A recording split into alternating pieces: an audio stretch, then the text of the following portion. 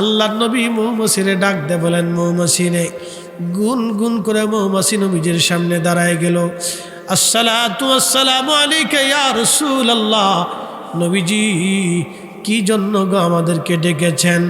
আল্লাহর নবী ডাক দে বলেন, মৌমাছিরে বিভিন্ন ফুল থেকে তোমরা মধু জোগাড় করে নাও। ও মৌমাছির দলেরা, বিভিন্ন ফুল থেকে বিভিন্ন কোয়ালিটির মধু তোমরা এনে এনে এক জায়গা তোমরা জমা করে নাও।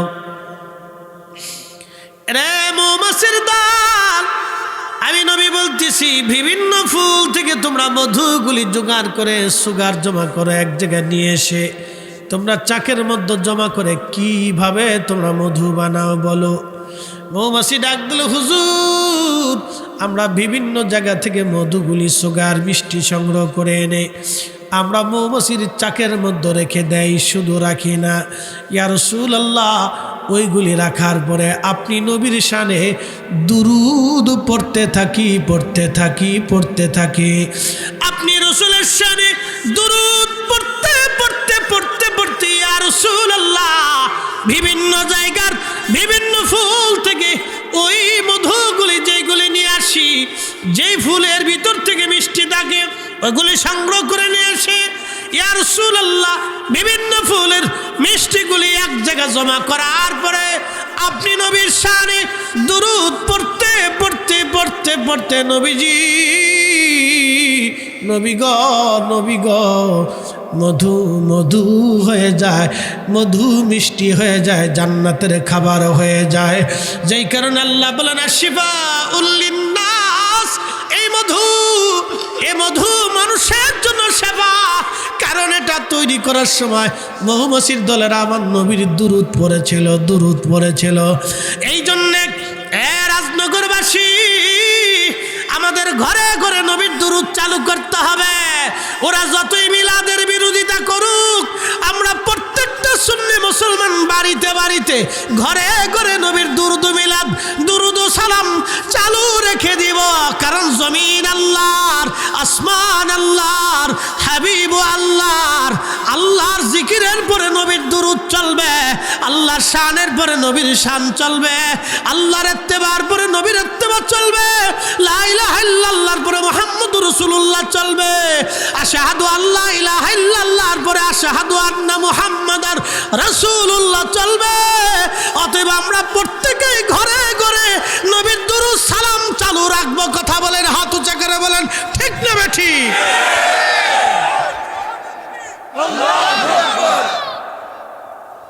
আল্লাহ আমাদেরকে কবুল করুন, সকলে বলেন আমিন। দুরূদ চলবে কি চলবে না? তার বেদাতের ফতোয়া নিয়ে গাট্টি বুকসা বাইন্দে কম্বলের ভিতরে পেঁচাইয়া খেতা মুড়ি দিয়ে ঘুমিয়ে থাকুক, ছাতা দেখার টাইম আমাদের না।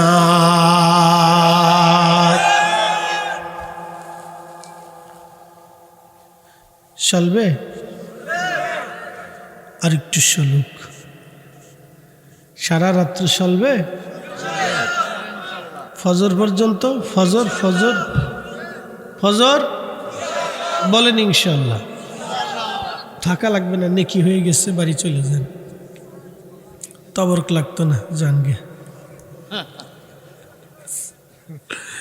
শোনেন, এই যে ফজর পর্যন্ত নেকিটা পাইলেন, মুসা, ঈসা, আদম, শীষ, ইব্রাহিম, ইসমাইল, ইসহাক, ইয়াকুব আলাইহিমুসসালাম তাদের উম্মত হইলে আর নসিবে হইতো না। শুধু আখিরি নবীর উম্মত হওয়ার কারণে আল্লাহ এই মর্যাদা আপনাকে দান করছে, শুধু এই নবীর উম্মত হওয়ার জন্য। 70 গুণ একসাথে বলেন, কত গুণ? গরু চুরির জন্য। আমি উত্তরবঙ্গে মাহফিলে গেছি, এক ভদ্রলোক মোটর সাইকেলে উঠে একা, হুজুর দোয়া করেন। কি হয়েছে? চোরে গরু চুরি করে নিয়ে গেছে।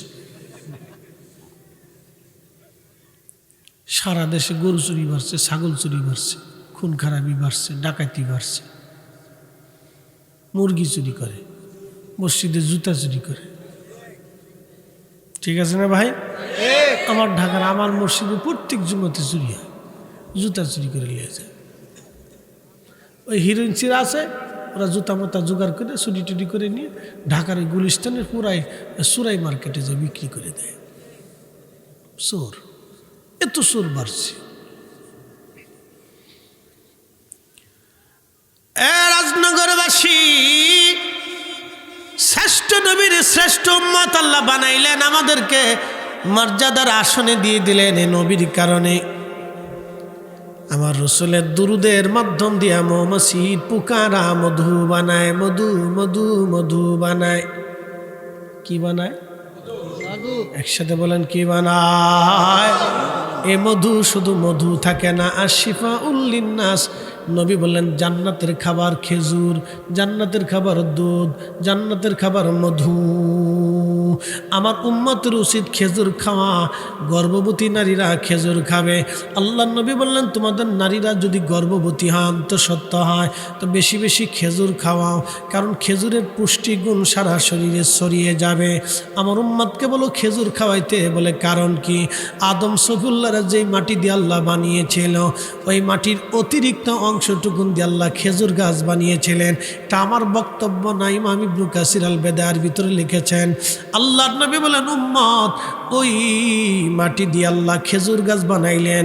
ওই জন্য খেজুরের ফল পৃথিবীর এমন একটা ফল, আপনি খাইতে দেরি হবে, 1 মিনিটের ভিতরে সারা দেহের রন্ধে রন্ধে তার পুষ্টিগুণ শক্তিগুণ আল্লাহ পৌঁছায় দেয়। দেরি হয় না, দেরি হয় না, দেরি হয় না। আমাদের দেশের বেডিরা খেজুর খায় না, আমাদের দেশের বেডিরা খায় ফুসকা।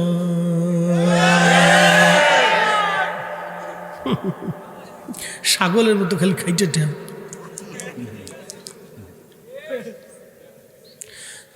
নাম দিছে বিসমিল্লাহ চটপটি হাউস। আফা খুব ভালো আসেন, সুন্দর করে বানায় দেখে আরো 2 প্লেট মারান। 2 প্লেট খাওয়ার পরে গ্যাস্ট্রিকের ওই তারপরে ফার্মেসিতে যায় আমার 2 সার্জেল দিয়ে দেন। এই জাতি ফুচকা খায়, চটপটি খায়, কিন্তু খেজুর খাবে না, মধু খাবে না, দুধ বিক্রি করে বিড়ি খায়। যারা বলেন আমি বাথরুমে ঢুকছি খালি বিড়ির গন্ধ, কেয়ারটেকারে বের হয়ে 10 টাকা দিয়ে বললাম বেড়া পরিষ্কার করিস না, খালি বিড়ির গন্ধ। কা হুজুর আপনার আগে যে ঢুকছে হেতে বয়ে বয়ে বিড়ি টানছে। আমি বললাম বেড়া রে, বিড়ি টানার জায়গা তো কত জায়গা আছে, ঝোরে জঙ্গলে আতরে পাথরে জঙ্গলে দোকানে পাটে আছে, এইখানে বাদ দিয়া বাথরুমে বসে বিড়ি টানলো কে? কা হুজুর বিড়ি না টানলে ক্লিয়ার হয় না। বিড়ি কি হে ধরছে না, হেরে বিড়ি ধরিয়ে লাইছে, বিড়ি হেরে ধরছে, বিড়ি হেরে ধরিয়ে লাইছে। ডোন্ট মাইন্ড, যারা এটা খান ফেলে দিবেন, ছেড়ে দিবেন। প্রিয় ভাই আমার, আল্লাহ পাক, একসাথে বলেন আল্লাহ কি পাক। আল্লাহ পাকটাকে কবুল করে।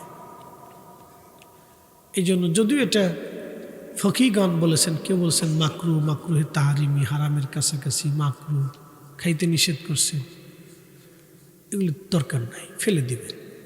জবানটাকে পরিষ্কার করে ফেলবেন, আল্লাহ সাফ করে ফেলবেন। জবান দিয়ে আল্লাহ জিকির হয়, নবীর দুরুদ হয়, রসুলের শান হয়, আল্লাহ তাসবিহ হয়, তো ওটার দরকার কি? কথা ঠিক আছে না ভাই? এটা প্রয়োজন, ছেড়ে দিবেন, ছেড়ে দিবেন। আমার উম্মত এ জাতি দুধ বেশি বিড়ি খায়।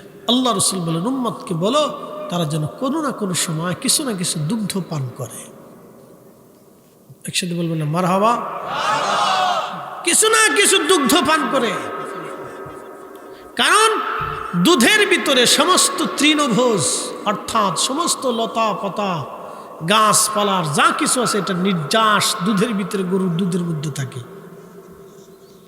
উম্মত দুধ খায় না, খালি আবিজাবি খায়। রমজান আসলে দেখবেন যে কি বাপরে বাপ, কত কিছু আজারে বাজারে আন্দা গান্দা পচা বেগুন, বেগুন চরচরি না কি কয়, ওটার কি কয়, বেগুন ভাজি, তারপরে নাকি এটা কি কয়, বেগুনের চপ, আলুর চপ, তারপরে সিঙ্গারা, ফুরি। তারপরে আপনাদের দেশে ফুরি করলে তো আবার বিপদ।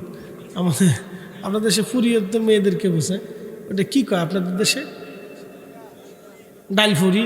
আচ্ছা যাক, ডাইল ফুরি, তারপরে এর আরও কিছু আছে আবি যাবি এসব এদের মিক্সার টিক্সার করে এগুলো খায়, পরে খাইয়ে দিন বলে গ্যাস্ট্রিক এসে আসে, খালি গ্যাস্ট্রিক এসে ফ্যাট মুচড়াইতে থাকে, গ্যাস মুচড়াইতে থাকে। এই জন্য খাবার আল্লাহ রসুল কী খাবেন এটাও আপনাদেরকে শিখিয়ে গেছে। একসাথে বলবেন আল্লাহু আকবার। মধু খাবেন, আর শিফাউল লিন্নাস, খুব উত্তম খাদ্য, বেহেশতের খাবার খাইবেন। বেশি খেন না, আবার এটা ফেরা আছে, বেশি খেলে জ্বালা আছে। প্রিয় উপস্থিতি মনোযোগ দিবেন। মধু নিয়ে ওয়াজ করতে করতে বহু দূরে আসছি আমি।